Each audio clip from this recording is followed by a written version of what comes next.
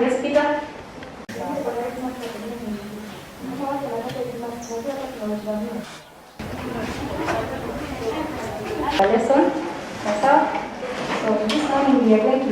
Kama wanafunzi tu 20 ambao naona bado leo hawaweza kufika, lakini 330 wamefika, na pengine tunemani kufikia kesho hawa 20 waliobakia labda watakuwa wameweza kufika na tujiunge na wao. Wanafunzi tumeweza kuongea na wao leo asubuhi, tukawashauri, na hata huko nyuma kabla janga hili lifike tulikuwa tunafanya vikao na wao mara kwa mara tukiwashauri.